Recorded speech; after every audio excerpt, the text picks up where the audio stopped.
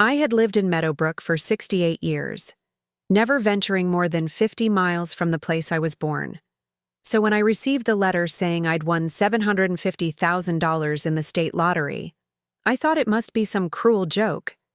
But then the official check arrived, and I realized my life was about to change forever.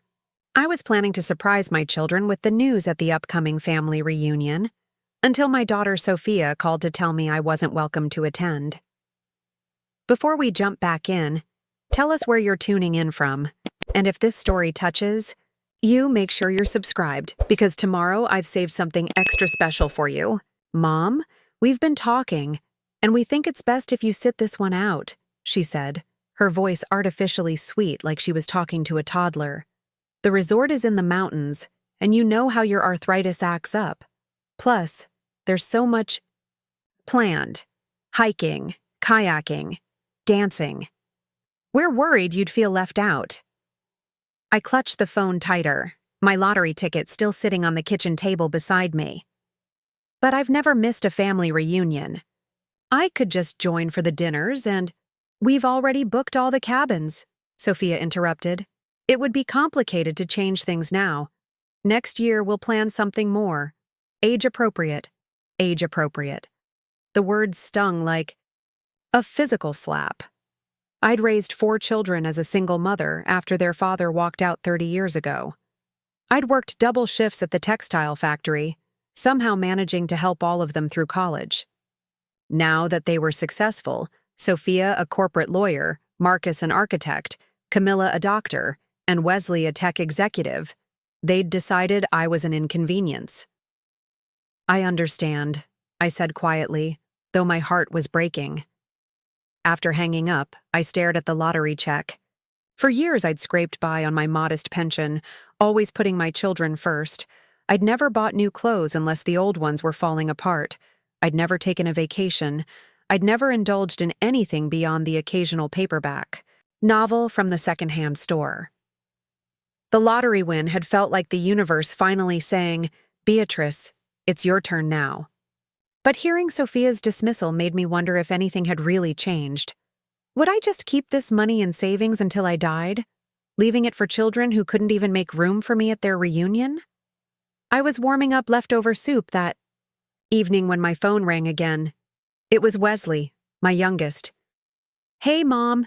Sophia mentioned she talked to you about the reunion." His voice was hesitant. "I just wanted to check in." "I'm fine, dear," I said automatically, the response I'd given my whole life even when I wasn't fine at all. Good. He paused. "The thing is, Mom, we're trying to make this reunion special. The kids will be running around, everyone will be doing activities. We're just worried you'd be uncomfortable." "I see." I stirred my soup slowly. "Wesley, I've been thinking of taking a trip anyway. Maybe visit Pinerest Lake." "Pinerest?" He sounded genuinely surprised. "That's where we're having the reunion, is it? What a coincidence," I said innocently. "I've always wanted to see it." "Mom," his voice sharpened, "please don't show up unannounced. That would be awkward for everyone. Why don't you plan your trip for another time?" After we hung up, I sat at my kitchen table and pulled out an old photo album. There were pictures of all 4 children at various ages, Wesley taking his first steps, Sophia winning a debate championship, Marcus building an elaborate sandcastle, Camila in her first white coat. In every photo, I stood beside them, encouraging, supporting, celebrating. But now I was inconvenient, too old, a burden. The next morning, I called my best friend Harriet. "Can you believe it?" I asked after explaining the situation. "They don't want their old mother ruining their fun." Harriet clicked her tongue. "Have you told them about the lottery win?" "No," I admitted. "I was saving it as a surprise. I thought maybe I could help each of them with a gift, something for Wesley's new house, money toward Camilla's student loans. And now? I look down at my hands, lined with decades of hard work. Now I'm wondering if I should spend it all on myself. Harriet laughed. Well, wouldn't that be something? Beatrice Hamilton finally putting herself first. That afternoon, I received a group text from my children discussing final arrangements for the reunion. They'd forgotten to remove me from the thread. As I scrolled through their messages, my breath caught when I saw what Marcus had written. Did anyone talk to Mom? We can't have her showing up and slowing everyone down. Last Christmas, she kept asking us to repeat everything. So embarrassing with the in-laws there. Sophia had replied, handled it. Told her the cabins were full. She bought it. Camila, I feel bad though. She seems lonely lately. Wesley, we can send her pictures. Maybe visit her on the way back if there's time. If there's time. After everything I had sacrificed for them, I'd become an afterthought. Someone to fit in if convenient. I set down my phone, a strange calm settling over me. For the first time in my life, I felt the weight of decades of self-sacrifice, of always putting my children's needs above my own. I thought about all the dreams I'd deferred, places I'd wanted to see, things I'd wanted to do. Slowly, deliberately, I picked up my laptop and opened a browser. First, I booked a room at the Silver Pine Resort on Pinerest Lake, the nicest suite they had for the exact dates of the family reunion. Then I made an appointment at Meadowbrook's most exclusive boutique for a complete wardrobe refresh. Finally, I called Harriet. Pack your bags, I told her. We're going to Pinerest Lake. What about your children? She asked. A smile spread across my face. Not bitter, not angry, but liberated. They think they know their mother. They're about to meet Beatrice 2.0. They had no idea who I was about to become or what I was capable of, and I couldn't wait to show them. Preparing and narrating this story took us a lot of time, so if you are enjoying it, subscribe to our channel. It means a lot to us. Now back to the story. The following day, I woke up with a sense of purpose I hadn't felt in years. For so long, my life had revolved around my children's needs, wants, and schedules. Now, with this lottery win sitting in my newly opened bank account, I finally had the freedom to choose for myself. My first stop was Elegance Boutique, Meadowbrook's most upscale clothing store. In all my years, I'd never stepped foot inside. The few times I'd walked past, I'd glanced at the window displays with their sleek mannequins draped in flowing fabrics, then down at my own sensible discount store attire before hurrying along. Can I help you find something? Asked a young saleswoman named Danielle, her expression betraying a hint of doubt that I belonged there. I straightened my spine. I need a complete wardrobe refresh, resort wear, evening attire, casual elegance. Price is no object. Her eyebrows shot up, but to her credit, she recovered quickly. Absolutely. May I ask what occasion you're shopping for? A family reunion at Silver Pine Resort, I replied. I want to make quite an impression. For the next 3 hours, I tried on more clothes than I had in the past decade. Danielle brought silk blouses, tailored linen pants, flowing maxi dresses, and elegant evening wear. I watched myself transform in the dressing room mirrors, shedding the invisible cloak of elderly mother with each new outfit. This color is stunning on you, Danielle said as I emerged in a vibrant teal-wrap dress. Most women your age shy away from bold colors, but this really brings out your eyes. Women my age. There it was again, that subtle categorization, the box my children had placed me in. But unlike them, Danielle wasn't dismissing me because of it. She was helping me redefine it. I bought the teal dress, along with 12 other outfits, 3 pairs of shoes, and accessories I'd never dreamed of owning. When Danielle totaled the purchase, the amount would have given the old Beatrice a heart attack. But the new Beatrice simply handed over her card with a smile. Will your family be surprised to see you at the resort? Danielle asked as she carefully packaged my purchases. Shocked is more like it, I replied. They don't know I'm coming.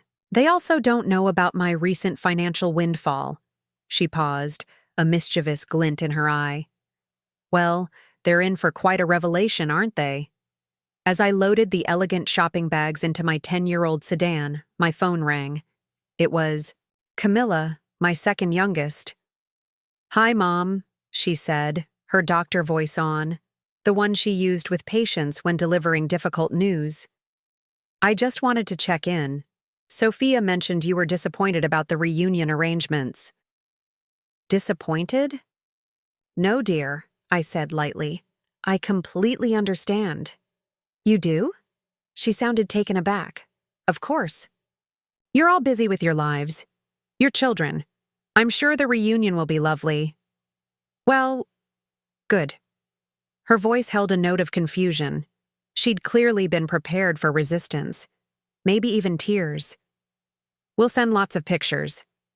"That would be nice." I paused, then added, "Actually, Camila, I've been meaning to ask you something. What's the dress code for dinners at Silver Pine Resort? I've heard it's quite upscale." Business casual, I guess." "Wait, why are you asking?" "Just curious. A friend might be going there soon." "Enjoy your day, sweetheart." I hung up before she could ask more questions. My next stop was Harriet's house to fill her in on my plans. Unlike my tastefully decorated but modest home, Harriet's cottage was a riot of color and personality. Wind chimes dangling from the porch, garden gnomes standing guard by the flower beds, and a welcome mat that read, "If you've brought wine, you're welcome any time." Harriet opened the door before I could knock, her eyes widening at the shopping bags in my arms. "Good heavens, Bee. Did you buy out the entire store?" I grinned. "Pretty close."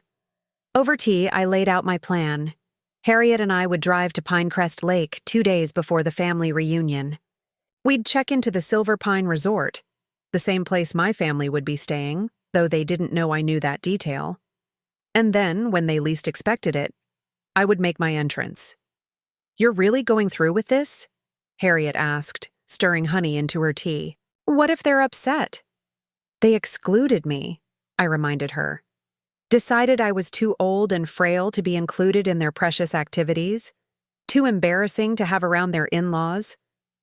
Harriet winced. That text message was cruel. It was honest. I replied, "They've never talked to me that way directly. Now I know what they really think." "And the lottery win? When will you tell them about that?" I smiled slowly. "When it creates the maximum impact." That evening, I received another call, this time from Marcus, my eldest. Unlike Sophia and Camila, who had tried to cushion their rejection with concerns, for my comfort, Marcus had always been more direct. "Mom, Wesley tells me you're planning to visit Pinecrest Lake during our reunion," he said without preamble. "Oh, did he?" I kept my voice neutral. "Look, I know you're disappointed, but showing up uninvited would make everyone uncomfortable. The kids have activities planned. The adults have evening events. It's not going to be the relaxed family gathering you're imagining."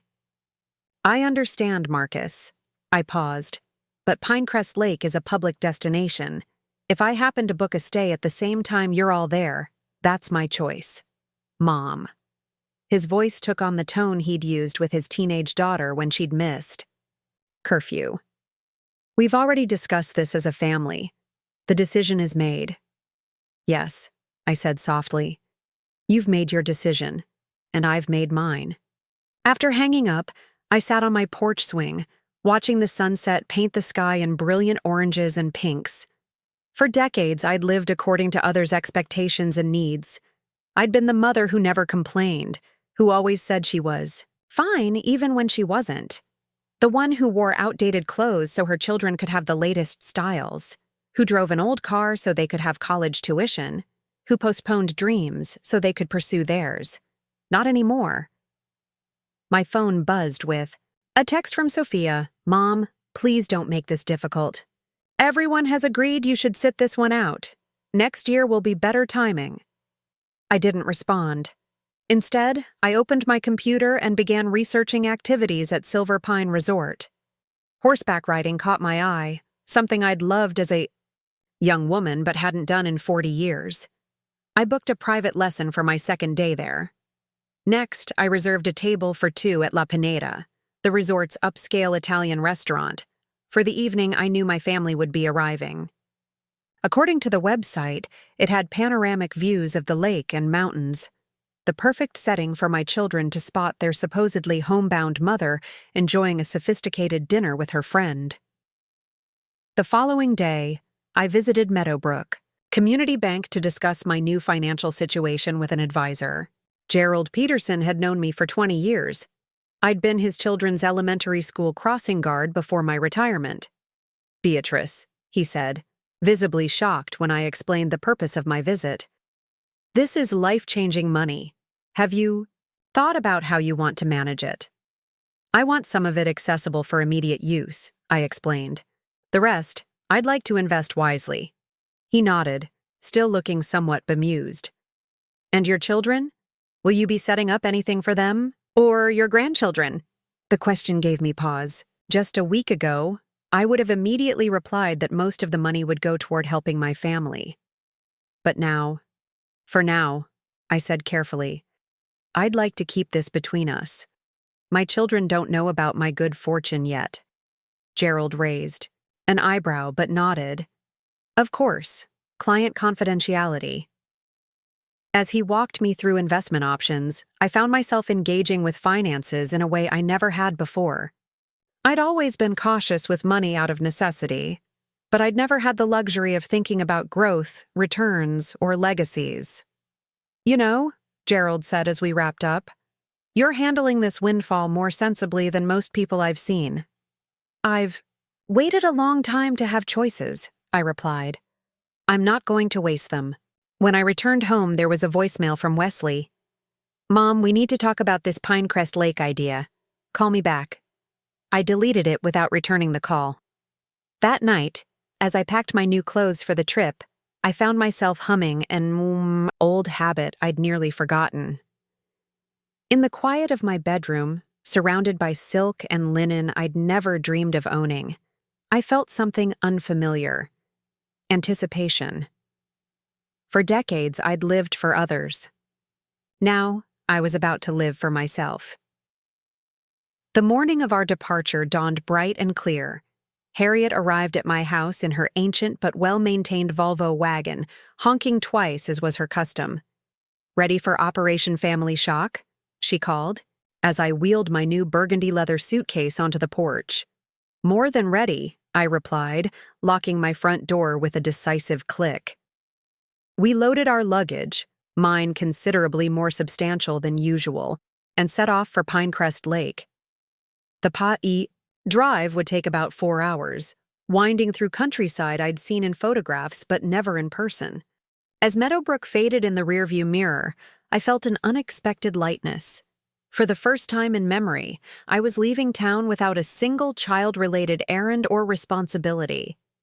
"You're smiling," Harriet observed, glancing away from the road. For a moment, "Am I?" I touched my face, surprised to find she was right. "It looks good on you. Been a while since I've seen a genuine Beatrice smile."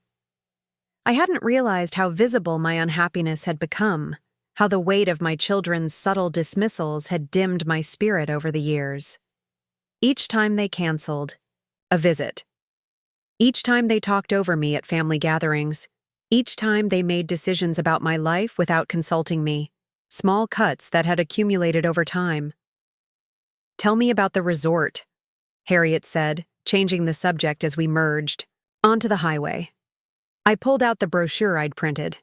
Silver Pine Resort sits on the north shore of Pinecrest Lake, 12 luxury cabins and a main lodge with additional suites.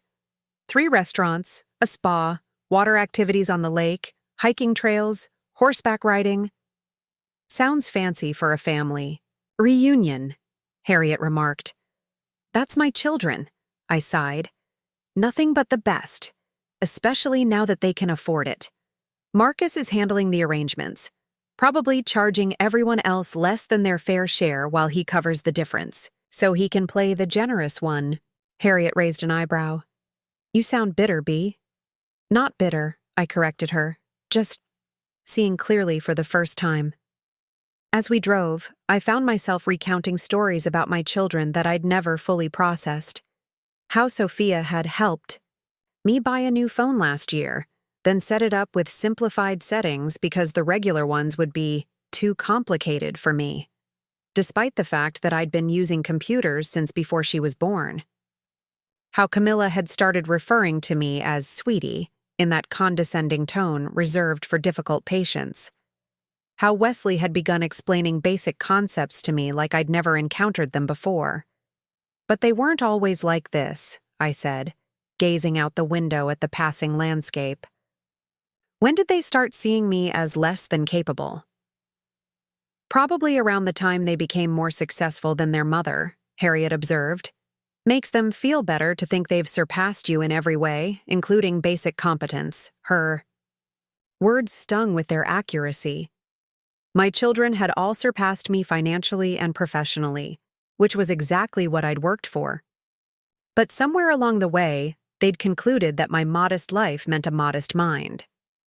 We stopped for lunch at a charming roadside cafe in a small town whose name I'd never heard before.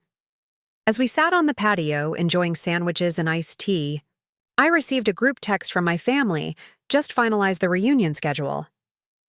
Arrival Thursday evening, welcome dinner at 7. Friday, hiking and lake activities. Saturday, resort day, spa for the ladies, golf for the men. Sunday morning, farewell brunch, can't wait to see everyone. Marcus below, it was a photo of the resort, the same one I'd been studying in the brochure, Sophia replied with heart emojis. Wesley added, booked our flights, arriving Thursday at 2. Several in-laws and my grandchildren chimed in with their excitement. Once again, I'd been left in the group chat by mistake. The irony wasn't lost on me. They'd forgotten to remove me from their digital reunion, just as they'd excluded me from the physical one. They're arriving tomorrow evening, I told Harriet, showing her the text. Perfect timing for our dinner. Reservation at La Pineda. Harriet grinned. You've turned into quite the strategist. Back on the road, the landscape began to change. Meadowbrook was flat farmland interspersed with suburban developments, but now we were climbing into gentle foothills that would eventually become mountains. The trees grew taller, the air cooler, and fresher through the open windows. I've never seen real mountains before, I admitted, watching the peaks grow larger on the horizon. Never? In 68 years? Harriet seemed shocked. There was never time, I explained. When the children were young, I couldn't afford vacations. When they got older, any travel I did was to visit them in their cities, and none of them live near mountains. Well, that changes now, Harriet declared. Welcome to your new life, Beatrice Hamilton. May it be full of mountains, lakes, and other things you've never seen before. By mid-afternoon, we were winding along the shores of Pinerest Lake. The water was a deep blue, reflecting the surrounding pines and distant peaks. Sailboats dotted the surface, and I could see a few swimmers braving the mountain water near a small beach. It's more beautiful than the pictures, I breathed, pressing my face closer to the window like an excited child. When we pulled into Silver Pine Resort, I momentarily wondered if we'd made a mistake. The main lodge was a grand timber and stone structure with soaring windows and a massive covered entrance. Well-dressed people strolled the manicured grounds, and uniformed staff appeared immediately to assist with luggage. Mrs. Hamilton? A young man in a crisp uniform approached when I gave my name at the reception desk. We have you in the lakeside suite. If you'll follow me, I'll show you to your accommodations. I exchanged a wide-eyed glance with Harriet as we followed him through the elegant lobby with its stone fireplace and antler chandeliers. The resort was even more luxurious than I'd anticipated. I'd booked the suite on impulse, wanting to splurge with my new fortune, but now I wondered if I'd gone too far. Those doubts vanished when we entered the suite. Floor-to-ceiling windows showcased a breathtaking view of the lake and mountains. A sitting area with plush furniture faced a river rock fireplace. A private balcony held 2 chaise lounges and a small table. The bedroom featured a king-sized bed draped in crisp white linens, and the bathroom boasted a deep soaking tub and separate rainfall shower. Will this be satisfactory? The attendant asked with a knowing smile. It's perfect, I managed, still taking it all in. After he left, Harriet flopped onto the sofa. Good grief, Bee. This place is fit for royalty. What does a room like this cost per night? I named the figure, and she whistled. Your children have no idea what they're in for, do they? None whatsoever, I confirmed, stepping out onto the balcony to breathe in the pine-scented air. From this vantage point, I could see most of the resort grounds. To the left stood a row of luxury cabins, presumably where my family would be staying tomorrow. Directly below was the outdoor dining terrace of La Pineda restaurant, where we'd have dinner tomorrow evening. For the remainder of the afternoon, Harriet and I explored the resort. We walked along the lakeshore path, peeked into the spa where I had a massage booked for the following morning, and studied the activity board to confirm the time of my horseback riding lesson. I can't believe you're really going riding, Harriet said as we made our way back to our suite to prepare for dinner. Aren't you nervous? It's been decades. Terrified, I admitted. But that's rather the point, isn't it? Doing things that my children believe I'm too old and frail to attempt. That evening, we dined at the resort's casual restaurant, a rustic tavern with hearty mountain fare.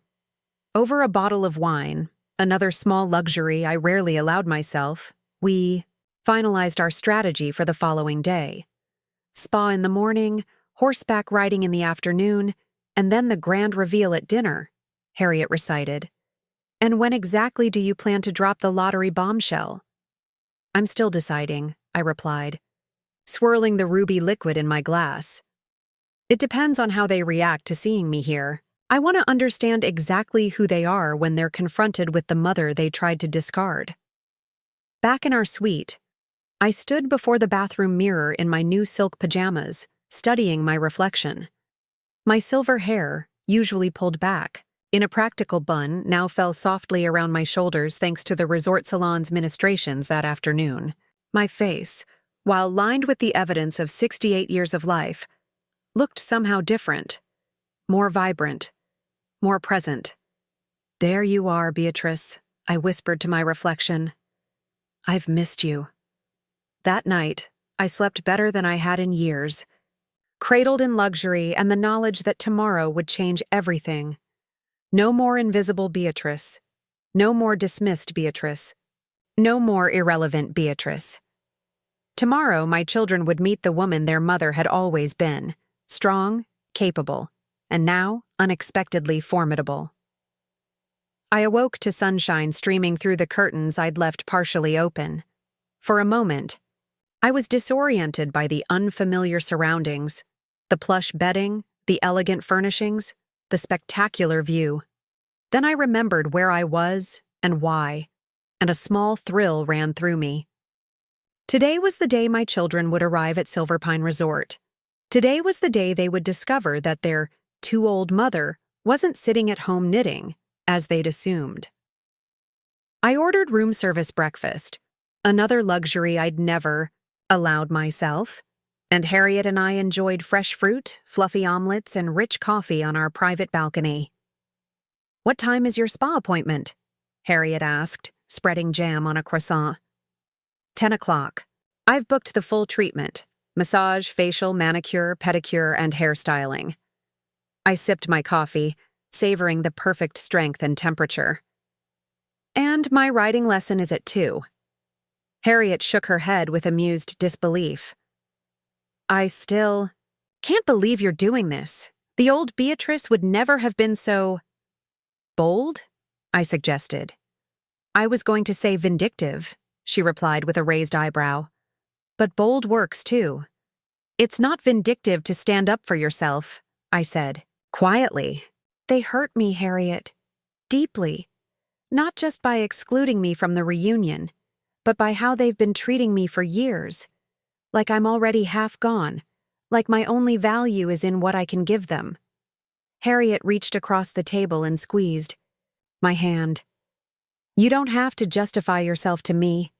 I've watched how they've changed toward you. Just Don't lose sight of what you really want from this confrontation. And what's that? Respect, she said simply. Not revenge. Her words stayed with me as I headed to my spa appointment. I'd booked the resort's rejuvenation package, drawn to the name as much as the services it included. Rejuvenation, exactly what I needed. Not just physically, but in how my children perceived me, in how I perceived myself. The spa was a sanctuary of natural stone, flowing water, and soft music. As I surrendered to the skilled hands of the massage therapist, I felt decades of tension begin to melt away. Tension I hadn't even realized I was carrying. The weight of single motherhood, the strain of constant financial struggle, the hurt of gradual dismissal by my own children. You're carrying a lot in your shoulders, the therapist commented as she worked on a particularly stubborn knot. 68 years worth, I replied. After the massage came the facial, where the esthetician analyzed my skin with professional interest. Your skin has wonderful elasticity for your age, she observed. But you've been neglecting it. No regular skincare routine? I almost laughed. My skincare routine had always consisted of whatever drugstore moisturizer was on sale. I've been focusing on other priorities, I said diplomatically. Well, it's never too late to start, she assured me, applying various serums and creams that smelled of herbs and flowers. By the time I moved on to the manicure and pedicure, I felt like a new woman. The nail technician, a young woman named Lily, chatted cheerfully as she worked. Are you here for a special occasion? She asked, applying a base coat to my nails. A family reunion, I replied. How wonderful. We get a lot of those here. Which color would you prefer? I studied the rainbow of options before selecting a shade I would never have chosen in my previous life. A rich, vibrant coral that reminded me of the sunset we'd watched over the lake the previous evening. Bold choice, Lily approved. Most of my older clients stick to neutrals or pale pinks. There it was again, that subtle categorization. Most older clients. But unlike in the past, I didn't feel diminished by it. Instead, I felt a small satisfaction in defying the expectation. I'm trying something new, I explained. The final stop was the salon, where a stylist named Antonio studied my silver hair with an artist's eye. Such beautiful natural color, he said. Many women pay a fortune for this shade. What were you thinking of having done today? In the past, I would have requested something simple and practical, a trim, perhaps a quick blow-dry. But the woman, in the mirror looking back at me with her glowing skin and vibrant nails, seemed to call for something more. I trust your judgment, I said.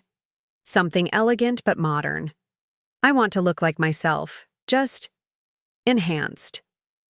Antonio's eyes lit up at the creative freedom. I know exactly what will frame your face beautifully. 90 minutes later, I hardly recognized my reflection. Antonio had given my previously one-length hair layers that softened my features and added volume. Instead of my usual severe part, he had created a side-swept style that was both sophisticated and effortless-looking. What do you think? He asked, turning the chair so I could see the back. I think my children won't know who I am, I replied honestly. After the spa, I returned to the suite to change for my horseback riding lesson.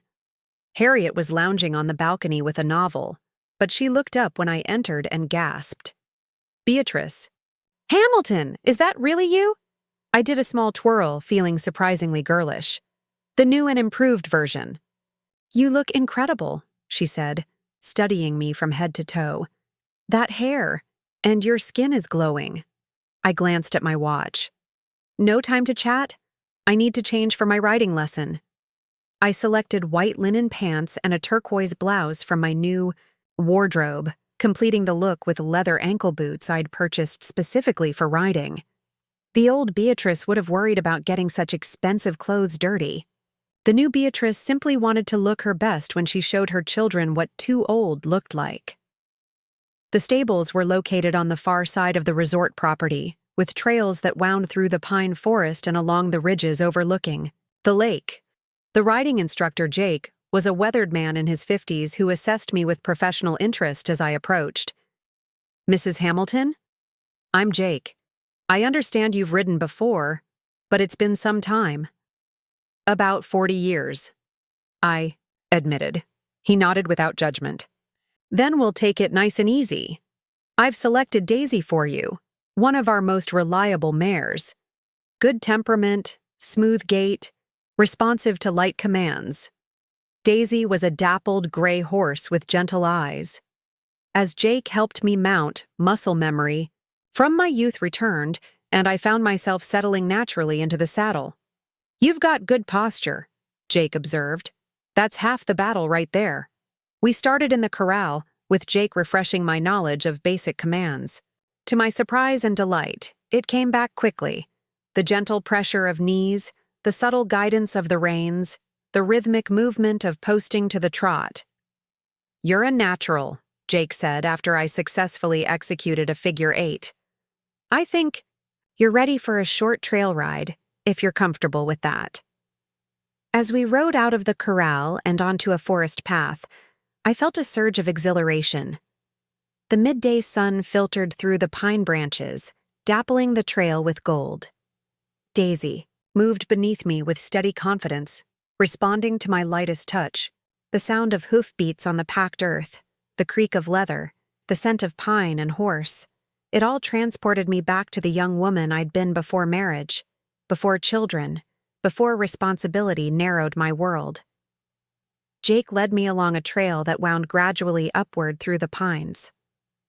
I followed his instructions carefully, letting Daisy find her footing on the occasional rocky patch, leaning forward slightly when we ascended steeper sections. "You're doing great," he called over his shoulder. "How are you feeling?" "Alive," I answered truthfully. The word seemed to encompass everything: the subtle burn in muscles long unused, the alertness of all my senses, the quiet joy of competence. We emerged from the tree line onto a ridge that offered a spectacular view of Pinerest Lake below. Jake halted his horse and gestured for me to pull alongside him. "This is Eagle Point," he explained. "One of the best views on the property." I gazed out at the panorama, the deep blue water of the lake, the surrounding mountains with their caps of lingering snow, the tiny figures of people enjoying water activities below. From this vantage point, I could see Silver Pine Resort sprawled along the lake shore, its collection of elegant buildings nestled among the trees. "Those are the luxury cabins where most family groups stay," Jake said, pointing to a cluster of structures on the eastern shore. My heart quickened. That must be where my children would be arriving in just a few hours. "It's breathtaking," I said, not just referring to the view. This entire experience, being here, doing something I'd loved in my youth, preparing to assert my independence, felt like drawing a full breath after years of shallow breathing. Jake checked his watch. "We should head back soon. The afternoon groups will be starting their rides." As we turned to make our descent, a flash of color caught my eye. A small group of hikers was making its way up a parallel trail below us. One figure in particular stood out in a bright red jacket, a tall man with silver hair at his temples. Marcus. My hand jerked involuntarily on the reins, causing Daisy to sidestep nervously. "Easy," Jake cautioned. "Everything all right?" "Fine," I managed, regaining control of both the horse and my shock. "I just thought I recognized someone." My eldest son wasn't supposed to arrive until evening, according to the group text. Had he come early to prepare for the others? And who was with him? From this distance, I couldn't identify the other hikers clearly. "Mrs. Hamilton?" Jake's voice pulled me back to the present. "We should continue." I nodded, following him down the trail, my mind racing. The possibility of an early encounter with Marcus before I was properly prepared unsettled me. I'd planned everything so carefully, my appearance at dinner perfectly, timed for maximum impact. As we descended through the forest, I tried to recapture the serenity I'd felt earlier, focusing on the rhythm of Daisy's movement and the dappled sunlight through the trees. By the time we returned to the stables, I had regained my composure. "You did wonderfully," Jake said as he helped me dismount. "Many returning riders take multiple lessons to get comfortable again, but you're a natural." "Thank you," I replied, stroking Daisy's neck in farewell. It felt like coming home to something I'd forgotten I missed. Walking back to the main lodge, I kept a watchful eye for Marcus or any of my other children.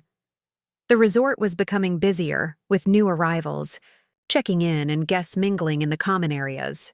I hurried through the lobby, head down, not yet ready for a chance encounter.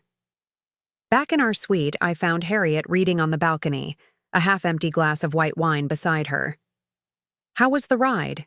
she asked, setting down her book. "Exhilarating," I replied, pouring myself a glass of water. "But I think I saw Marcus on a hiking trail.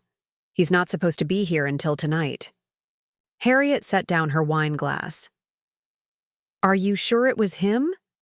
"Not entirely. It was from a distance." I sank into a chair. "But if it was, our carefully orchestrated reveal might be compromised." "Or," Harriet suggested pragmatically, "it gives you the opportunity to make an even more dramatic entrance. Imagine his face when he sees you transformed at dinner tonight." I considered this. Perhaps she was right. An element of surprise might work in my favor. "Speaking of dinner, we should start getting ready soon. Our reservation at La Pineta is for 7. I soaked in the suite's deep tub, letting the hot water ease the mild soreness from horseback riding. The bathroom mirror revealed a slight flush on my cheeks from the outdoor activity. Not the pallor my children probably imagined when they thought of their elderly mother. For dinner, I selected the teal wrap dress that Danielle had admired. At the boutique, paired with a delicate silver necklace and matching earrings, small luxuries I'd purchased with my lottery winnings. The dress draped flatteringly over my figure, which had remained slim though no longer youthful. My newly styled hair framed my face softly, and I applied light makeup, enough to enhance but not mask. When I emerged from the bedroom, Harriet gave a low whistle. "If your children walked past you right now, they wouldn't recognize you." "That's rather the point," I replied, slipping on silver sandals with a modest heel. La Pineta restaurant occupied a spectacular position on the main lodge's ground floor, with a wall of windows overlooking the lake and a stone terrace for outdoor dining. We'd reserved a prime table on the terrace, perfectly situated to be seen by anyone entering or exiting the restaurant. The maitre d' greeted us warmly. "Mrs. Hamilton, your table is ready. Please follow me." As we were led through the elegant dining room, I was acutely aware of glances from other diners. Not the dismissive looks I'd grown accustomed to as an elderly woman, but interested observations of my appearance, my confident stride, my evident belonging in this upscale setting. Our table on the terrace was even better than I'd hoped, positioned near the entrance but with an unobstructed view of the lake, now golden in the early evening light. "The sunset view from here is spectacular," our server informed us as he presented the wine list. "May I suggest a bottle of the Willamette Valley Pinot Noir to enjoy while you review the menu?" The old Beatrice would have declined such an indulgence.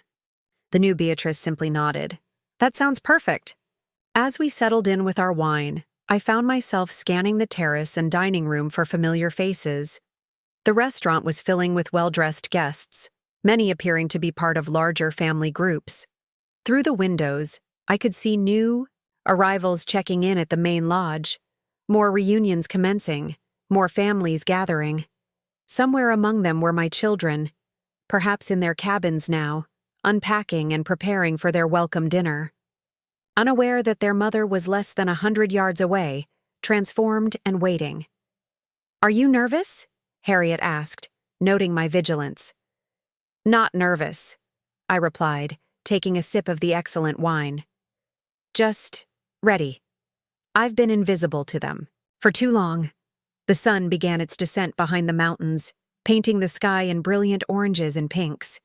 As darkness softly fell, the terrace was illuminated with tasteful lighting and small candles at each table. The effect was magical, intimate, yet festive. We ordered our meals: roasted sea bass for me, wild mushroom risotto for Harriet, and continued our observation of arriving guests. My anticipation grew with each passing minute. Would my children come to La Pineda for their welcome dinner? Or had they arranged something private in one of their cabins? Then, just as our appetizers arrived, I saw them. The morning of my scheduled breakfast with all 4 of my children dawned with a clarity that seemed symbolic. The lake was perfectly still, mirroring the mountains and trees like a flawless photograph. I took it as a good omen, a day for clear vision and reflection. Harriet had decided to give me privacy for this important family meeting, planning instead to take a guided hike to Eagle Point, the same overlook I'd seen during my horseback riding adventure. "Are you sure you don't want me there for moral support?" she asked as she laced up her hiking boots. "I'm sure," I replied, selecting a cream-colored linen dress from my new wardrobe.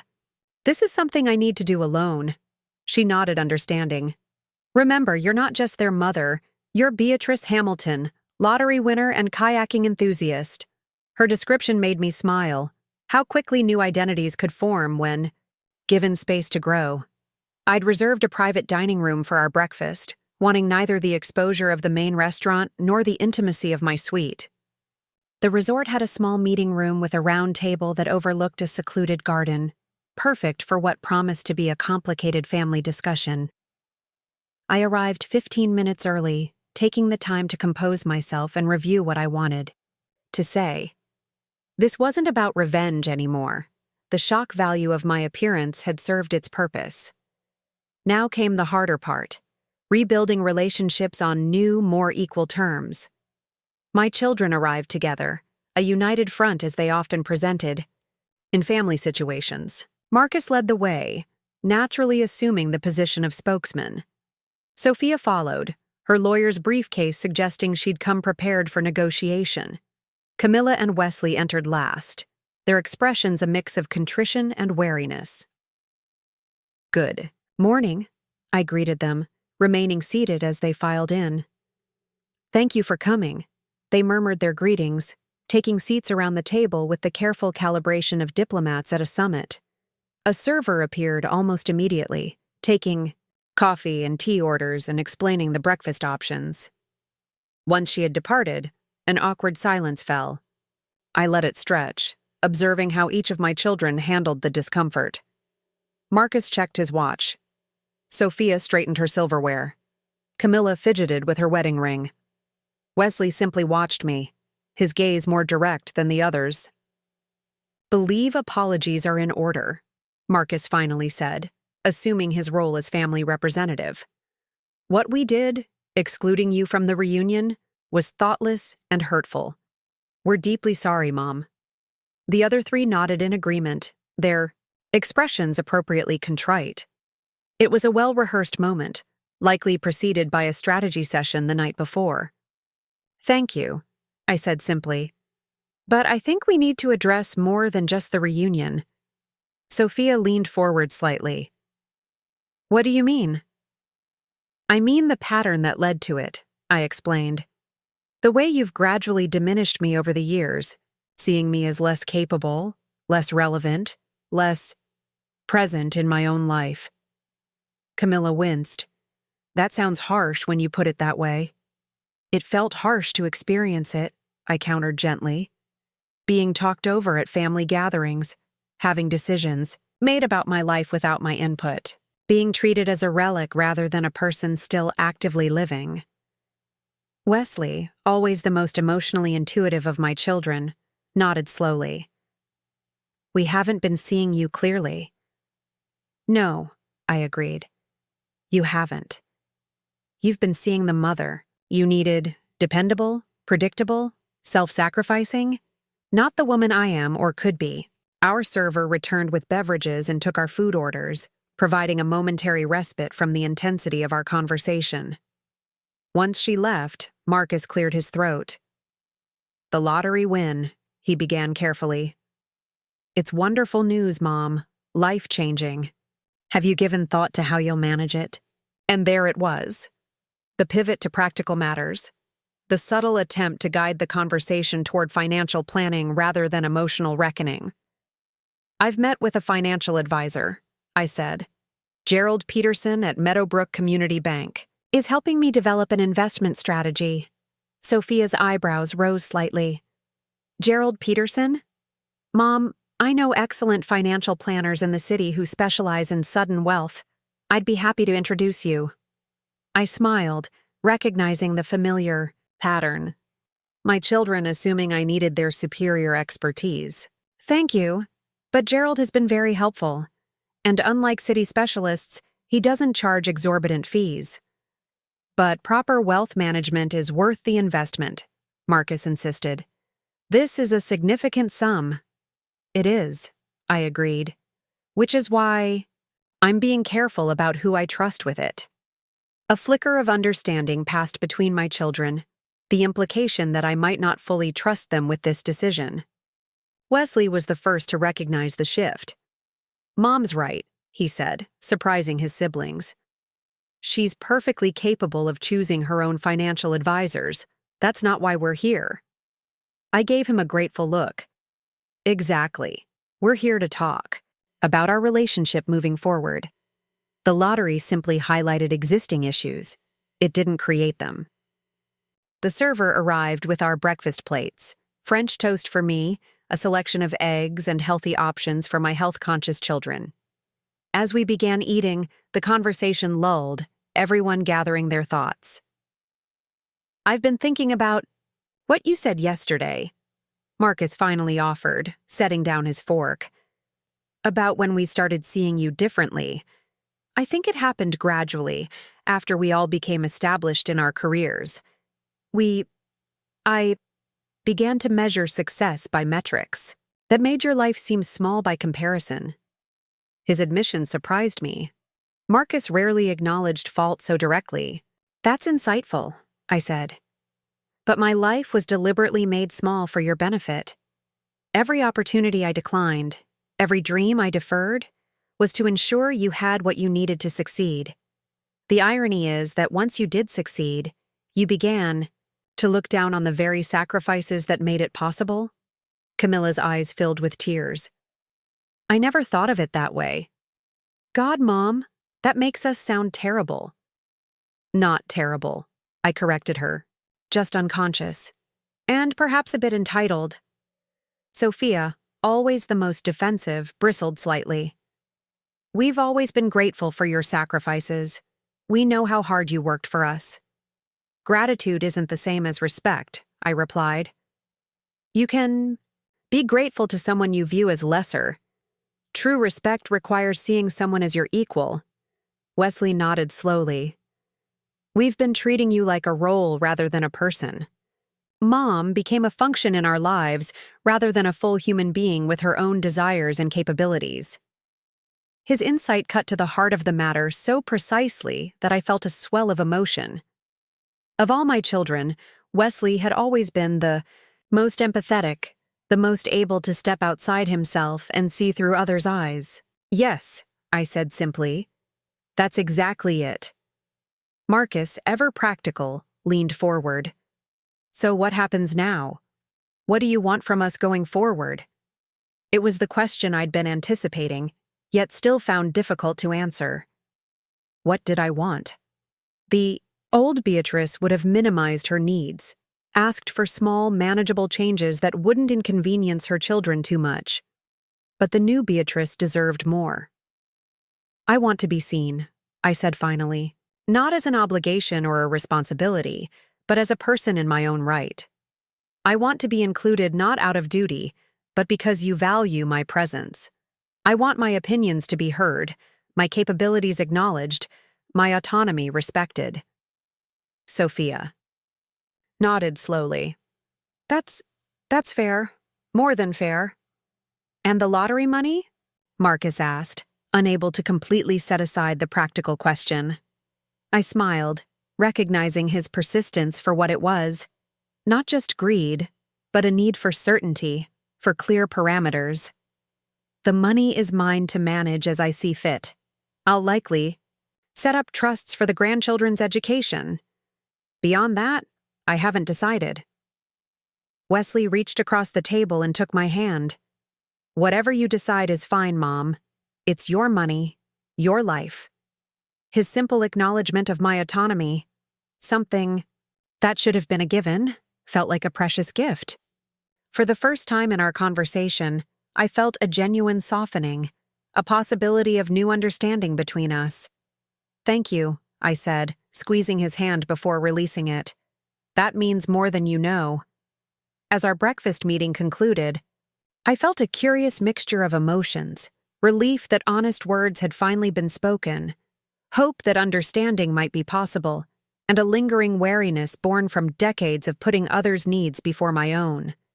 My children seemed similarly affected, their expressions thoughtful as we prepared to part ways.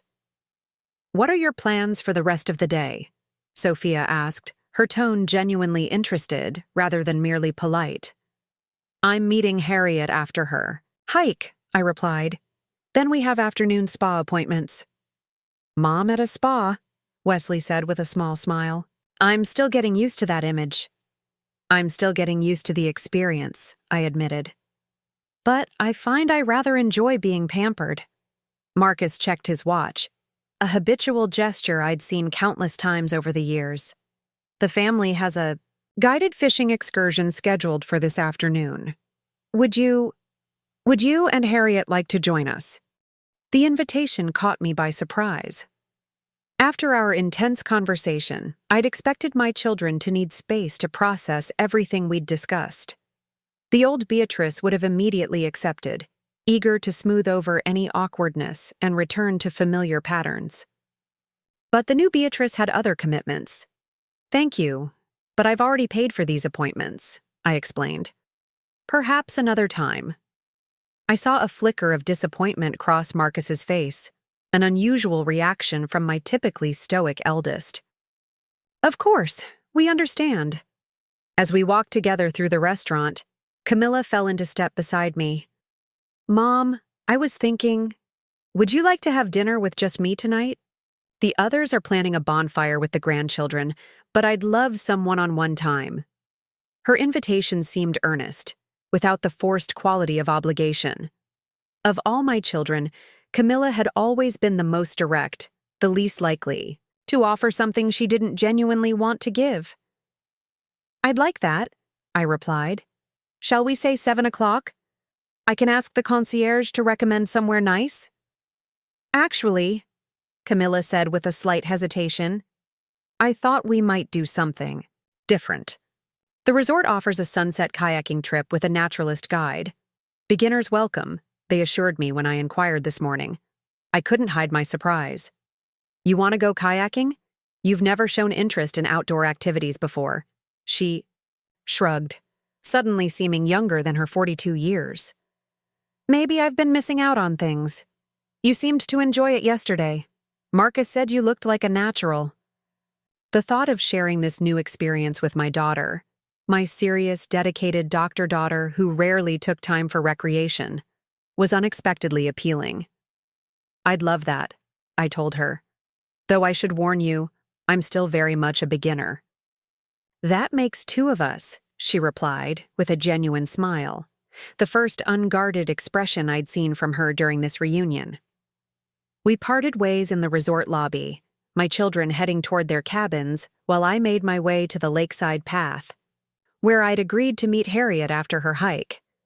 The morning's conversation had been exhausting in the way that emotional honesty often is, necessary but draining. I found a bench overlooking the lake and sat to collect my thoughts. The water sparkled in the late morning sun, sailboats dotting the surface like white butterflies against the blue. For so long, I'd viewed moments of solitude as merely gaps between responsibilities. Now I savored them as opportunities for reflection. Harriet appeared on the path 20 minutes later. Her cheeks flushed from exertion, but her expression exhilarated. Eagle Point was even more spectacular than you described, she declared, dropping onto the bench beside me. I may need to take up hiking when we get back to Meadowbrook. There's a walking group at the senior center, I suggested, then caught myself. The old Beatrice would have automatically oriented toward age-appropriate activities. The new Beatrice was questioning such limitations. Or we could look into the hiking club at the community college. They welcome members of all ages. Harriet gave me an approving nod. Look at you, breaking out of boxes. So how did the family summit go? I recounted the morning's conversation, Marcus's acknowledgement of unconscious condescension, Wesley's insight about seeing me as a function rather than a person, my clear articulation of what I wanted going forward. And they actually listened? Harriet asked skeptically. I think so, I replied. At least they appeared to. Time will tell if understanding translates to changed behavior. Well, I'm proud of you, she declared. The old Beatrice would have accepted their first apology and immediately started catering to their comfort again. Her observation was accurate, but nonetheless stung slightly. Had I been so predictable, so consistently self-effacing that my behavioral patterns were that transparent? Then again, who would know better than Harriet, who'd witnessed my decades of self-sacrifice up close? Camila invited me kayaking at sunset, I told her, changing the subject. Just the two of us. Harriet's eyebrows rose. Interesting. Camila has always struck me as the most like you, always caring for others, rarely doing things just for pleasure. I'd never considered the parallel before, but Harriet was right. Of all my children, Camila had most closely followed my template, working tirelessly, putting others' needs first, perpetually responsible. Perhaps that explained her particular discomfort when confronted with my transformation. If I could change, after decades of self-denial, what might that suggest about her own life choices? I think she's curious, I said, about this new version of me, about alternatives to always being the responsible one. Before Harriet could respond, my phone chimed with a text message. It was from Wesley. Mom, I found myself thinking about what you said regarding being seen as a person rather than just a mother. I have an idea I'd like your opinion on. Do you have time for a quick call later? I showed the message to Harriet, who smirked. Look at you, suddenly in demand with your formerly dismissive children. It's not funny, I protested, though I couldn't help smiling. I didn't do this to make them compete for my attention. Maybe not, Harriet conceded. But it's a rather satisfying side effect, isn't it? Having them recognize your value instead of taking you for granted? I didn't answer, but privately admitted she had a point. There was something gratifying about my children seeking me out, rather than fitting me into their schedules as an obligation. I texted Wesley back. I'll call you after my spa appointment around 4.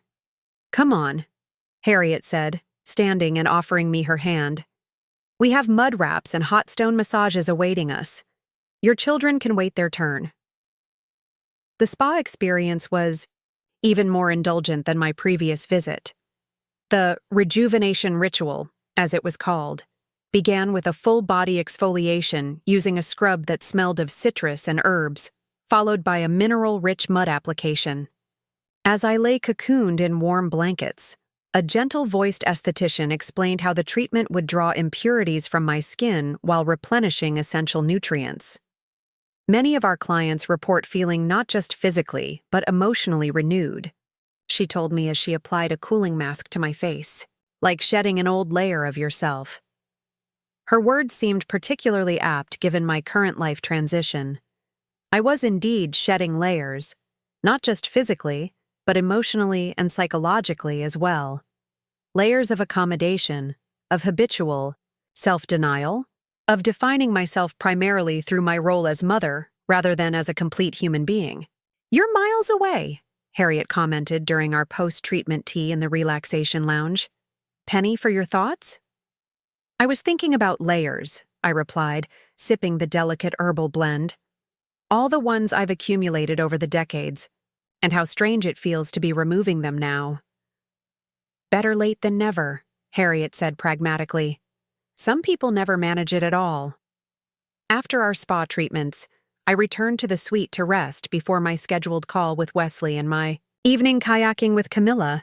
Harriet decided to explore the resort's boutiques, leaving me to enjoy a rare moment of solitude in our luxurious accommodations. I stepped onto the balcony with a cup of herbal tea, settling into one of the comfortable chairs to gaze out at the lake. The afternoon light cast a golden glow over the water, and the distant sound of children's laughter floated up from the beach below. Somewhere down there, my grandchildren might be playing. Wesley's 2 children and Marcus's 3, ranging in ages from 7 to 15. I'd received no invitation to see them yet, but I wasn't pushing for it. One emotional reunion at a time seemed wise. At precisely 4 o'clock, my phone rang with Wesley's call. Always punctual, my youngest son. "Hello, Wesley," I answered, keeping my tone warm but neutral. "Hi, Mom." His voice had a slight tension that suggested he was choosing his words carefully. "Thanks for making time to talk. How was your spa treatment?" "Thoroughly indulgent," I replied with a small smile. "Something I could easily get accustomed to." "Good, that's good." He paused, and I could almost picture him pacing as he spoke, a habit from childhood whenever he had something difficult to express. "Mom, I've been thinking a lot about what you said at breakfast, about being seen as a complete person, not just in relation to us." "Yes?" "Well, I have this podcast." Another pause. "You know that, of course. The one about multi-generational perspectives on technology adoption." I did know about it vaguely. Wesley had mentioned it at Christmas, but none of my children tended to share the details of their professional lives with me, assuming such matters would be beyond my interest or comprehension. "The thing is," he continued, "I've been interviewing experts and academics, but I've never featured someone from my actual family. And it occurred to me, you've lived through incredible technological changes, from party line telephones to smartphones, from black and white television to streaming services." I waited, sensing there was more. "I'd like to interview you, Mom. Not as my mother, but as someone with lived experience of these transitions. As Beatrice Hamilton, witness to technological history." His proposal caught me by surprise. It wasn't what I'd expected when he texted about wanting my opinion.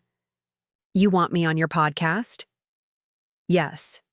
His voice gained enthusiasm. "Your perspective would be invaluable. And not just about technology, but how social attitudes have changed alongside it, how communication patterns have shifted, the way family dynamics have evolved with technology's influence." I considered his request carefully. Part of me was flattered. This was perhaps the first time any of my children had expressed interest in my perspective as something valuable beyond family matters. But another part remained cautious.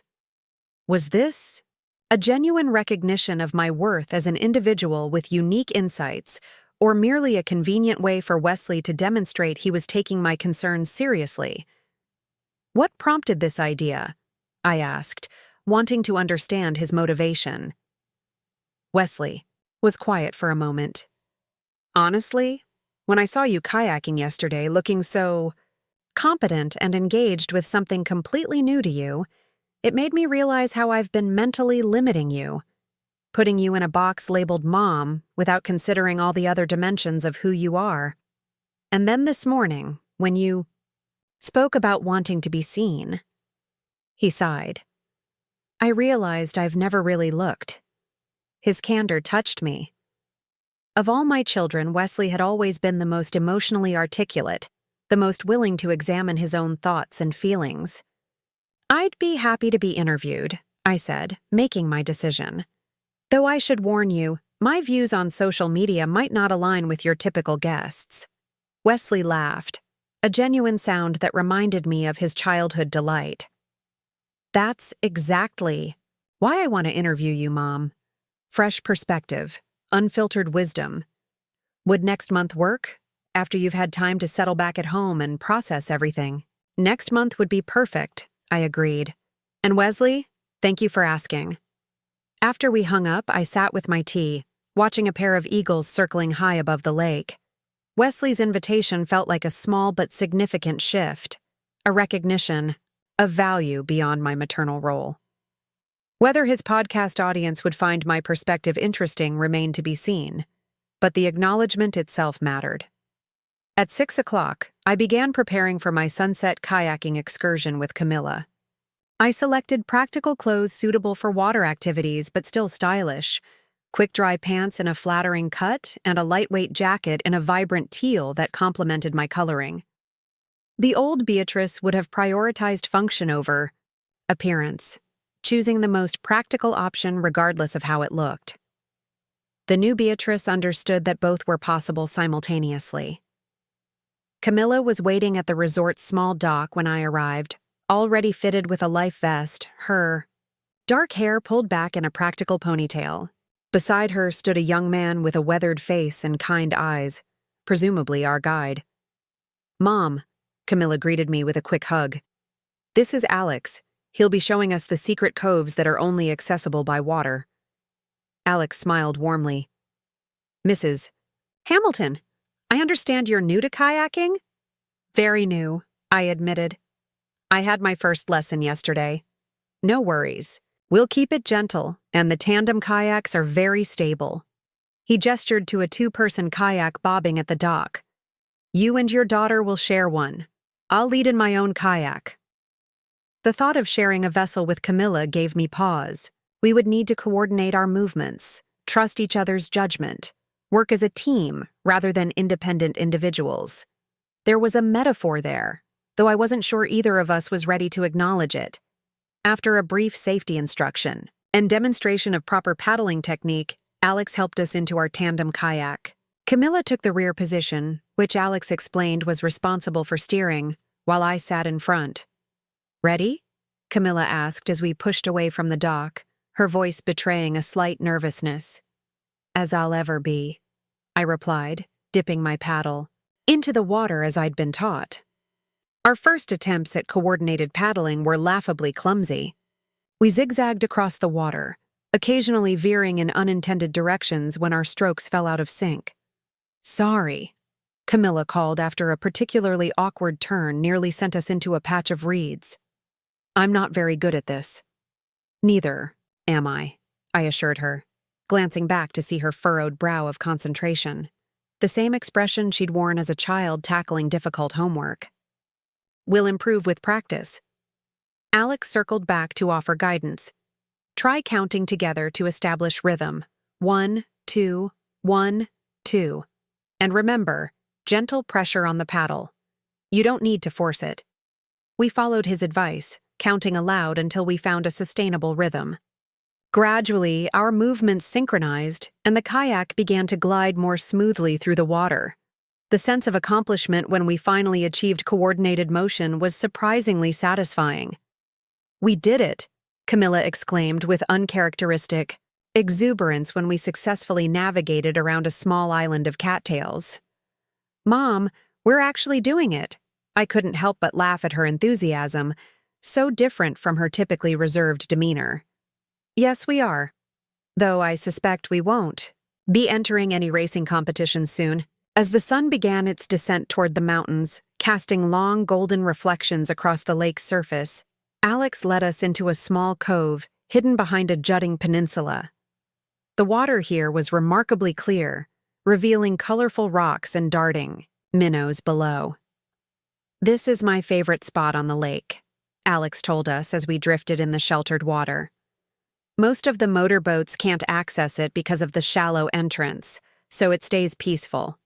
Camila and I rested our paddles across the kayak, taking in the tranquil beauty of our surroundings. Birds called from the trees lining the shore, and occasionally a fish would jump, creating ripples that spread in perfect circles across the still water. "It's beautiful," Camila murmured. "I can't remember the last time I just stopped like this, to look at something beautiful with no purpose other than appreciation." Her words hung in the still air of the cove, unexpectedly vulnerable from my typically guarded daughter. I turned slightly in my seat to look at her, careful not to destabilize our kayak. "Your medical practice keeps you busy," I said, offering her an easy explanation. Camila shook her head, her gaze still fixed on the mountains reflected in the water. "It's not just that. It's a choice I've made, to always be productive, to always be accomplishing something." She hesitated. "I think I learned that from you, Mom." Her observation caught me off guard. Had I modeled that relentless productivity, that inability to simply be present without purpose? Of course I had. My entire adult life had been a testament to utility over enjoyment, service over self-indulgence. "I didn't have many choices," I said softly.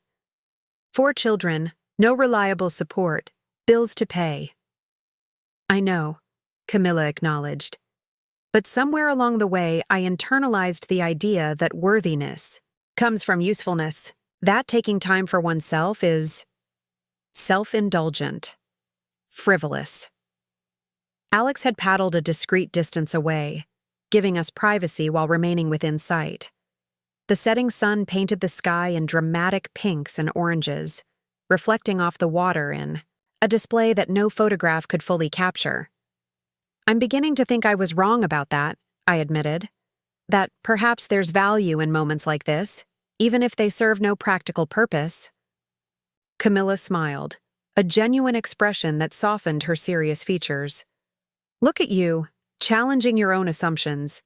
Is that what winning the lottery does? Gives you permission to question everything you thought you knew?" "Not the lottery," I corrected her. "The exclusion from the family reunion. That was the catalyst. The lottery merely provided means." A flash of guilt crossed her face. "I should have stood up to the others. When they decided not to include you, I knew it wasn't right. But I went along with it because..." "Because?" I prompted when she didn't continue. "Because it was easier," she admitted, her voice barely above a whisper. "Because standing up to Marcus requires energy I didn't think I had. Because I've spent my whole life trying to keep everyone happy, just like you taught me." Her words struck a chord deeper than I'd anticipated. Of all my children, Camila had indeed followed most closely in my footsteps. The peacemaker, the one who accommodated others, who rarely demanded attention for herself. I'd been proud of those qualities in her, but now I wondered if I'd done her a disservice by modeling such self-effacement. "I'm sorry if I taught you that your needs matter less than others," I said. "It wasn't the lesson I intended." She shook her head. "Don't apologize. You did what you had to do, and you gave us all wonderful lives. She trailed off, looking at the sunset. "Seeing you change makes me wonder what else is possible. For both of us." Alex paddled back toward us. "Ladies, we should start heading back soon. It gets dark quickly once the sun dips behind the mountains." We nodded, picking up our paddles again. Our return journey was smoother, our movements more synchronized than before. We'd found a rhythm together, an unspoken coordination born of shared blood and newly shared understanding. As we approached the resort dock, now illuminated with soft lighting against the darkening sky, Camila spoke again. "I'd like to visit you more often in Meadowbrook, not just for holidays or special occasions. Maybe I could come for a weekend next month, just the two of us." "I'd like that," I replied, warmth spreading through me that had nothing to do with the evening's physical exertion. "Though I should warn you, Beatrice 2.0 might suggest activities more adventurous than tea and knitting." Camila laughed. "I'm counting on it." After returning our equipment and thanking Alex for his guidance, we walked together toward the main lodge.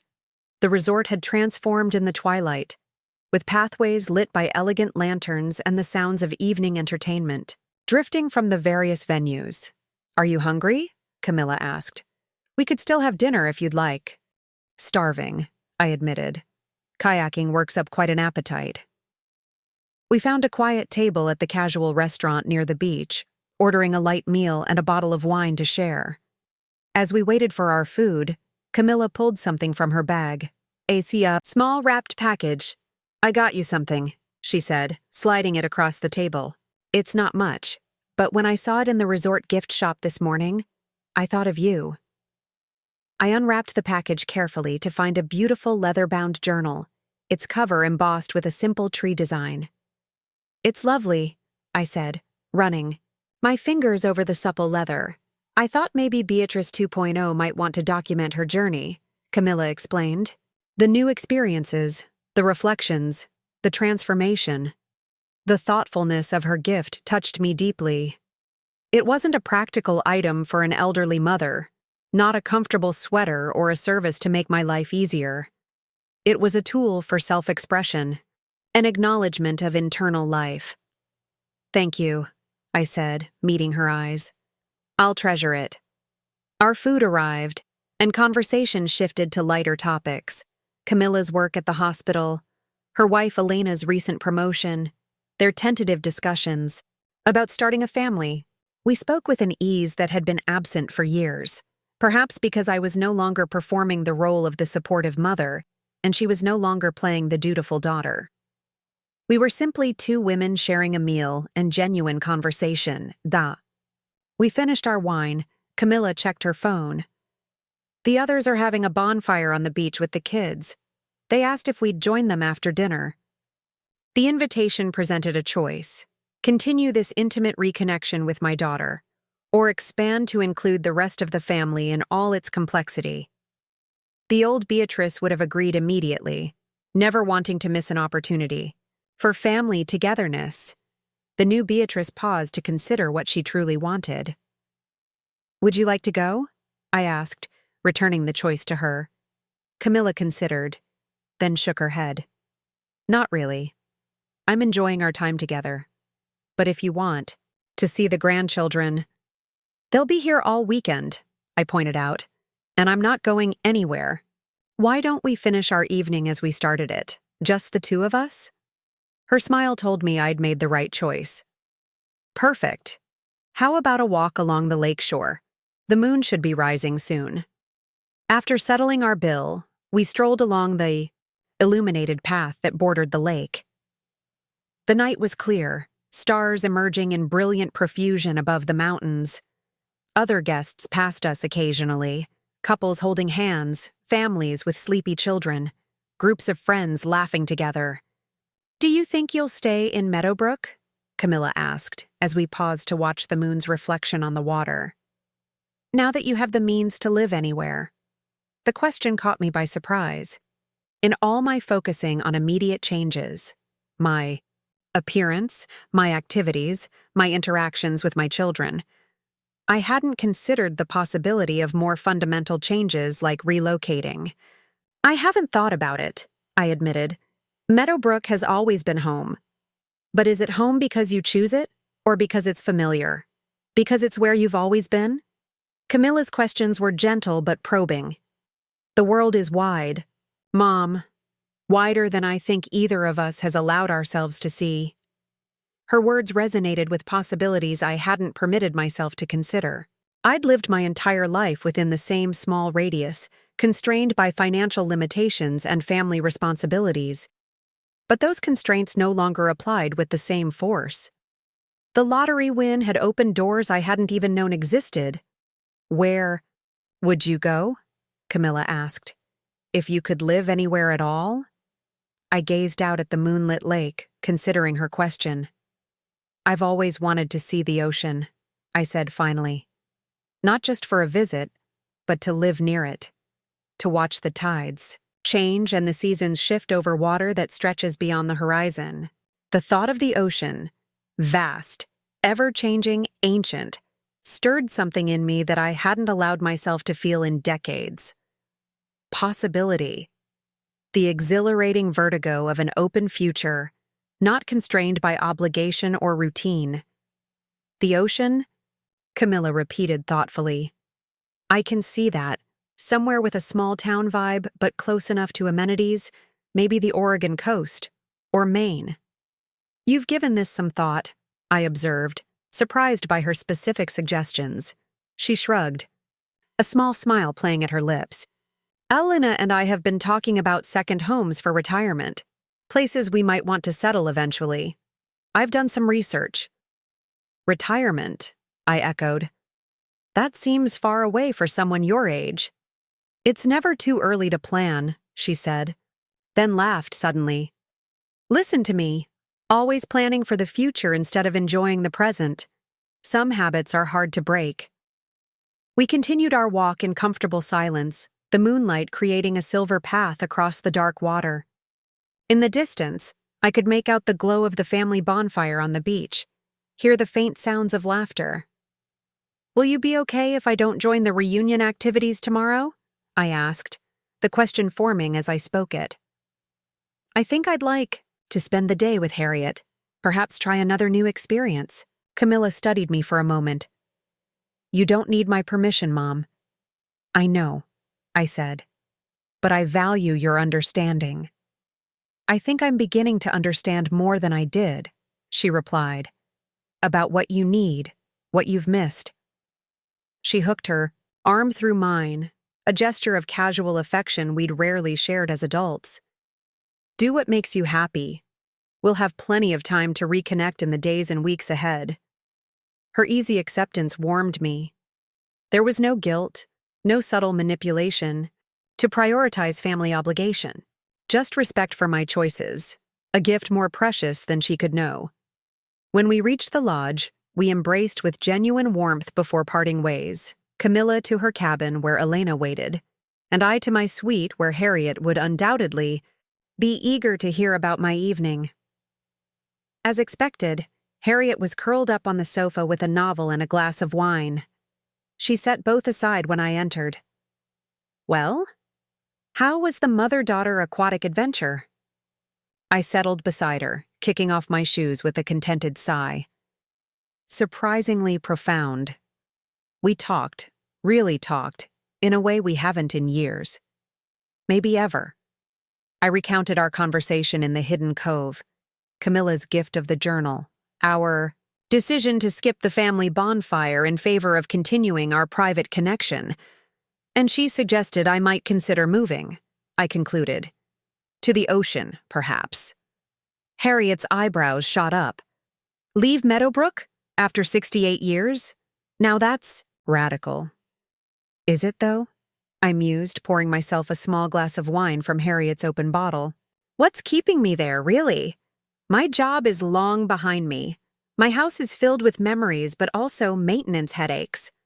My social circle has dwindled as friends have moved to be near their own children or to retirement communities. There's me, Harriet pointed out. Your best friend of 40 years. I reached over to squeeze her hand. You could visit, often, or... I hesitated, the idea forming as I spoke. Or maybe you'd consider relocating too. We could be roommates, like we've joked about since our 50s. Harriet's expression shifted from surprise to consideration. Share a place by the ocean? Pool our resources for something nicer than either. Of us could afford a loan?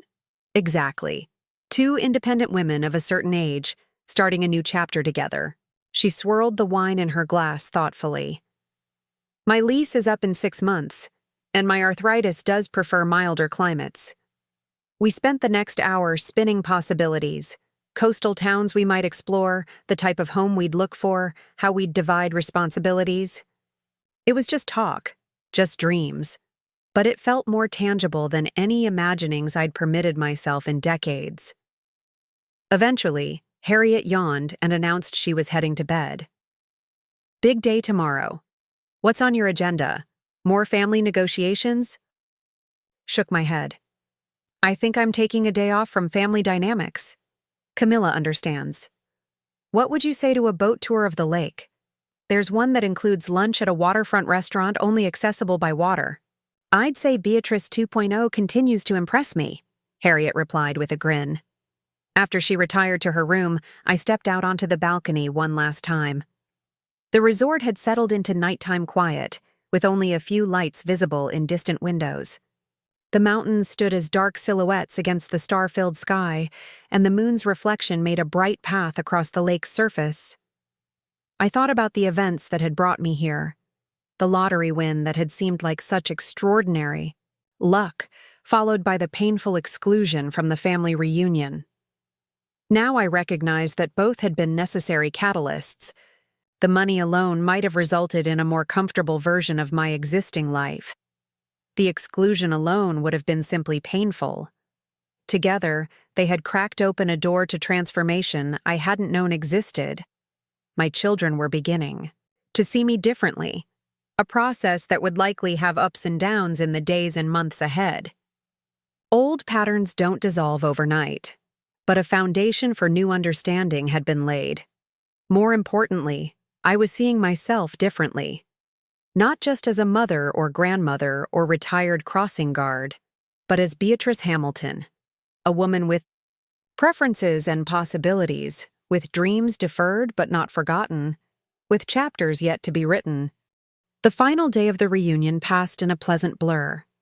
Harriet and I enjoyed our boat tour, marveling at hidden waterfalls and learning about the geological history of the lake from our knowledgeable guide. The weather cooperated beautifully, with clear skies and just enough breeze to temper the warmth of the sun. In the late afternoon, as we prepared for our final evening at Silver Pine Resort, I received a text message from Marcus. Family dinner tonight, 7 p.m. at La Pineda. Private room reserved. All the grandchildren are excited to see their grandmother. Please say yes. I showed the message to Harriet. What do you think? I think your experiment in independence has made quite an impression, she observed. The mighty Marcus is practically begging for your presence. I texted back my acceptance, then spent a luxurious hour preparing for the dinner. I selected my most elegant outfit, a flowing silk pantsuit in deep blue that complemented my silver hair. Harriet had offered to have dinner on her own to give me privacy with my family, but I insisted she join us. You're part of this journey, I told her as we made our way to the restaurant. Besides, you've heard enough about my children over the years. It's time you witness the dynamics firsthand. La Pineta was as elegant as it had been on our first evening, but tonight we were escorted to a private dining room set with a long table. My children and their spouses stood as we entered, and the grandchildren, momentarily subdued by the formal setting, watched with curious eyes. Mom, Marcus greeted me, stepping forward to pull out my chair at the head of the table. You look beautiful. Thank you, I replied, taking the offered seat with a smile that included everyone present. It's wonderful to see you all together.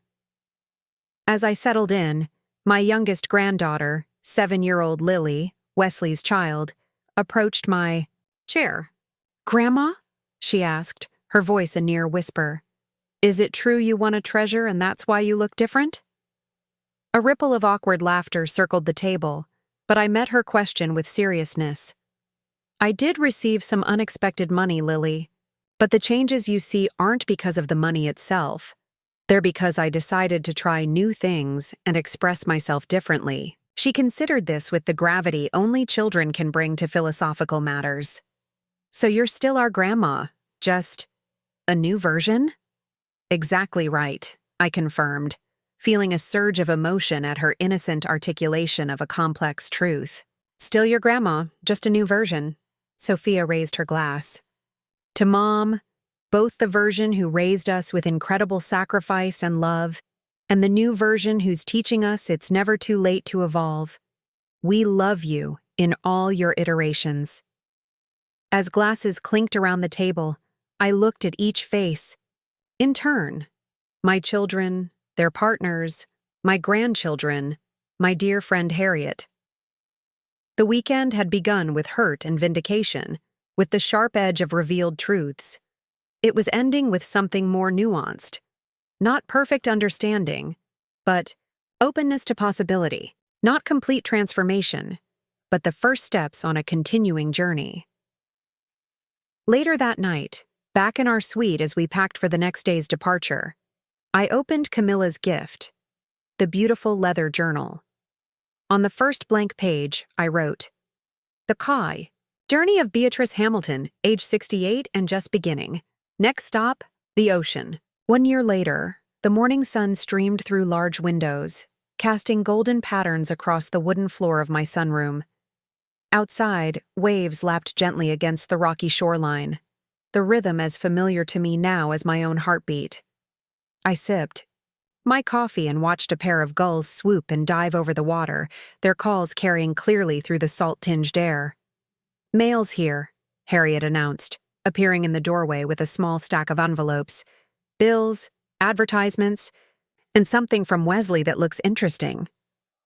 I set down my coffee cup and accepted the bundle, immediately spotting the thick cream-colored envelope with my son's distinctive handwriting. Inside was a professionally printed card with an image of a microphone on the front. The message inside read, "Celebrating 50 episodes of Generations in Tech, with special thanks to our most popular guest, Beatrice Hamilton. Join us for a live recording and reception." "Would you look at that?" I said, showing the invitation to Harriet. Apparently, my perspective on how technology has changed society was more interesting than Wesley anticipated.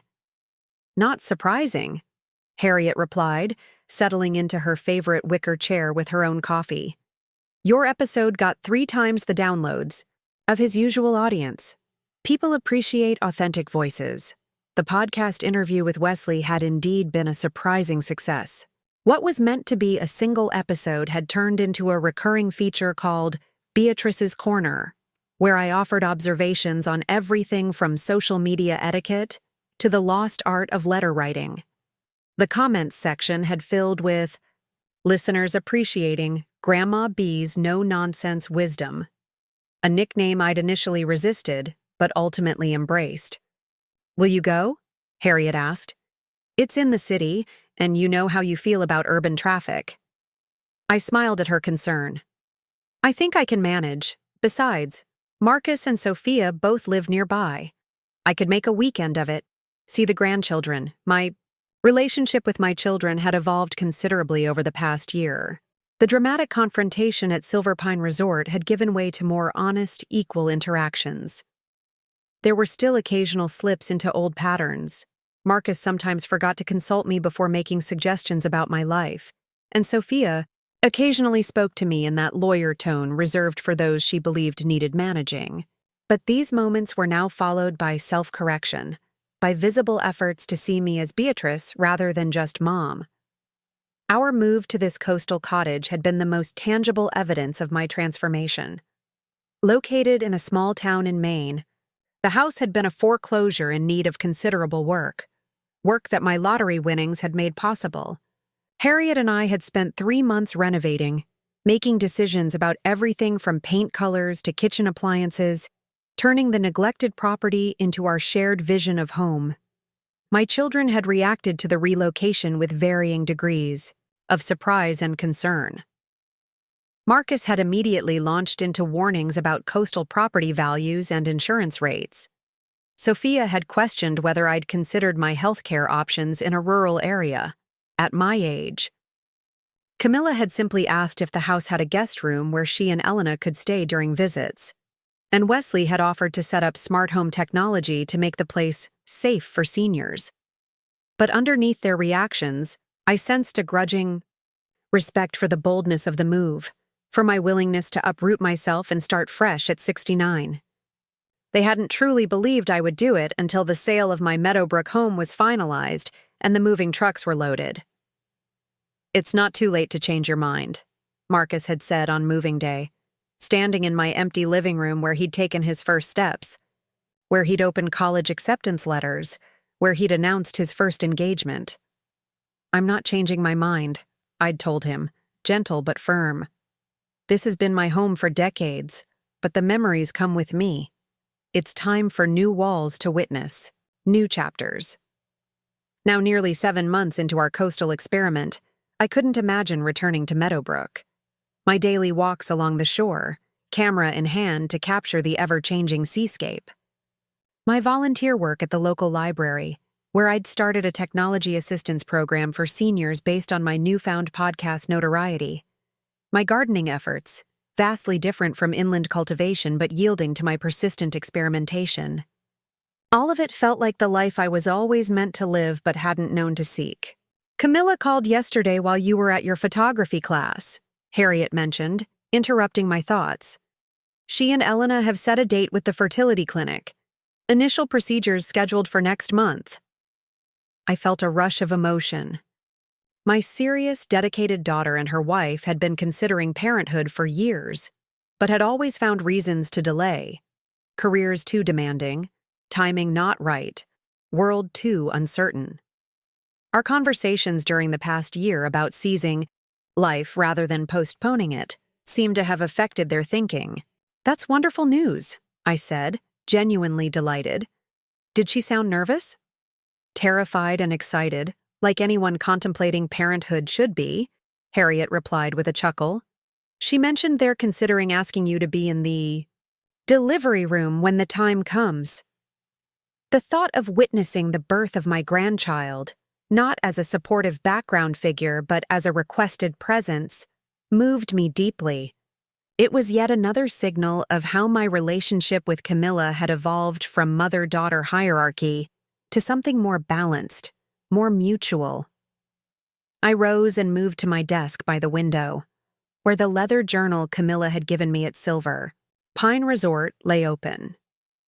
I'd filled nearly half its pages in the past year, documenting my journey with words and occasional sketches. Some entries were profound reflections on identity and aging. Others were simply observations of daily pleasures, a particularly vibrant sunset, a successful new recipe, the satisfaction of mastering a new photography technique.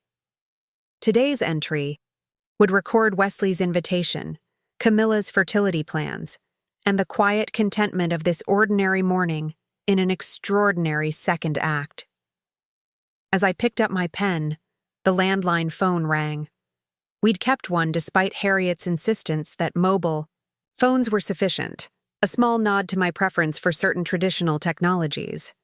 Harriet answered, then held out the receiver. "It's Sophia," she mouthed. "Mom." My daughter's voice had an unusual hesitancy when I greeted her. "I hope I'm not interrupting your morning." "Not at all," I assured her. "What's on your mind?" She took an audible breath. "I've been offered a partnership at a new firm. It would mean more responsibility, more prestige, more money." "That sounds wonderful," I said, though her tone suggested complications. "It would also mean more hours, more stress, less time for everything else." The struggle in her voice was evident. "I've been thinking about what you said last time we talked, about how you wish you'd allocated your time differently when you were my age." Our last conversation had indeed touched on my regrets. Not about raising my children, but about the single-minded focus on practicality that had defined my middle years, the beauty and joy I'd postponed for some future that never quite arrived. "I'm not you, and my circumstances are different," Sophia continued. "But I keep thinking about how you said your lottery win didn't change you. It just gave you the freedom to become who you might have been all along if necessity hadn't shaped you so forcefully." "That's true," I confirmed, wondering where she was going with this. "I don't need to take this partnership," she said, her voice gaining confidence. "We're financially secure. Robert's business is thriving. The kids are entering their teenage years when they need present parents more than additional material advantages." I remained silent, letting her work through her thoughts. "I'm going to turn it down," she declared. "I'm going to maintain my current position but negotiate a 4-day work week. I want to take up painting again. I want to be home when the kids return from school. I want balance." Warmth spread through me at her words, not because she was making the choice I would make. Our lives and personalities were too different for such direct parallels, but because she was making a conscious choice rather than following the predetermined path of ambition and accumulation that had guided her career thus far. "That sounds like a thoughtful decision," I said. "How does it feel?" "Terrifying," she admitted with a small laugh, exhilarating, like I'm both losing and gaining something significant. That sounds about right, I told her, smiling though she couldn't see it. The best choices often do. After we hung up, I returned to my journal, adding Sophia's news to the day's entry. As I wrote, I gazed out at the ocean, vast, ever-changing, ancient. So different from the small, predictable world I'd inhabited for most of my life. Yet somehow, facing its immensity each day had made me feel not diminished, but expanded, not lost, but found. The lottery win had given me resources, yes. But the true windfall had been the crisis that forced me to see myself clearly, to recognize the woman who had been waiting patiently behind the mother, the grandmother, the widow, the retiree, all the roles that had gradually obscured the essential Beatrice. I closed the journal and picked up my camera. The morning light was perfect for capturing the textures of the shoreline rocks, and I'd been working on a photography series contrasting their solidity with the fluid motion of the waves. My exhibition at the local art center was still 3 months away, but preparation gave shape and purpose to my days. "Heading out?" Harriet asked as I gathered my equipment. "Just for an hour or so," I replied. "Low tide reveals the best tide. Pools. Want to join me?" She considered the offer, then shook her head. "I've got that community board meeting at 11. But I'll take a rain check for tomorrow." As I made my way down the winding path to the shore, I felt the familiar sense of gratitude that had become my constant companion. Not the desperate gratitude of my earlier years, thank you for the bare minimum, for merely surviving, but a fuller, richer appreciation for the abundance life could offer when one was brave enough to claim it. At 70, I was not merely existing, but truly living, and that, I had discovered, made all the difference. Up next, you've got 2 more standout stories right on your screen. If this one hit the mark, you won't want to pass these up. Just click and check them out.